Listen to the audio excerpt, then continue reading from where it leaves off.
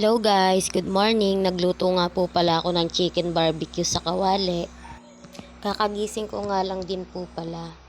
Dito nga rin po pala gagawa na po ako ng pagbababarang ko ng manok. Naglagay nga lang po ako dyan ng bawang, toyo, paminta, magic sarap, asukal, tsaka ketchup po.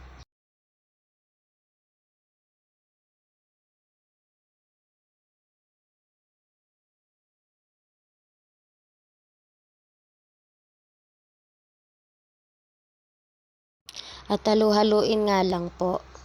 Pagka okay na po, kapag po napagsama na po lahat, pwede na po ilagay yung manok. Ilalagay ko na nga rin po pala dyan yung manok. Pitso nga po pala ng manok yung ginamit ko, tsaka po pakpak.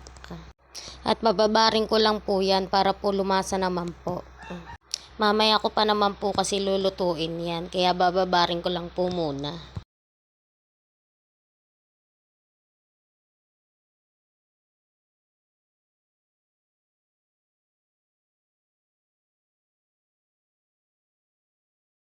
At ayan na nga po yung namarinate ko.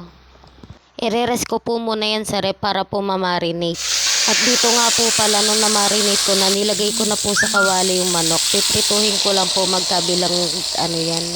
At sa mahinang apoy ko nga lang din po pala lulutuin to para po lutong-luto po talaga. Try nyo po itong lutuin. Promise po masarap po ito.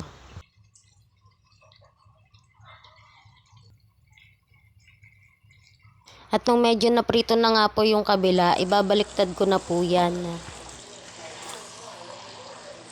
At nung naprito ko na nga po pala yung magkabilaan po niyan, nilagay ko na rin po yung pinagbabarang kanina. Ayan, patutuyuin ko lang po yan. At dito nga po pala kumukulo na rin po siya at konti na lang din po yung pinagbabaran niya. At dito po natuyo na nga rin po pala siya. Ayan, saglit na nga lang din po at luto na po yan.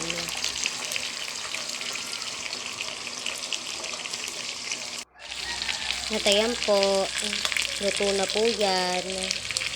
Please like, share, and subscribe po. Thank you po. Luto na po.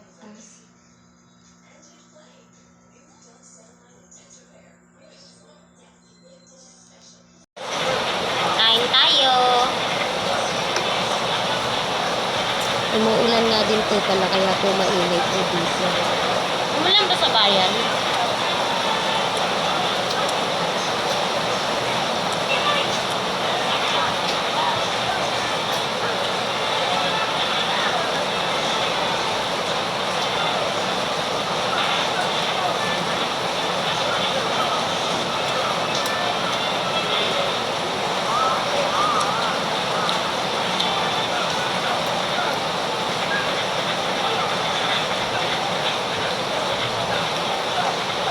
Yun na pala, running man.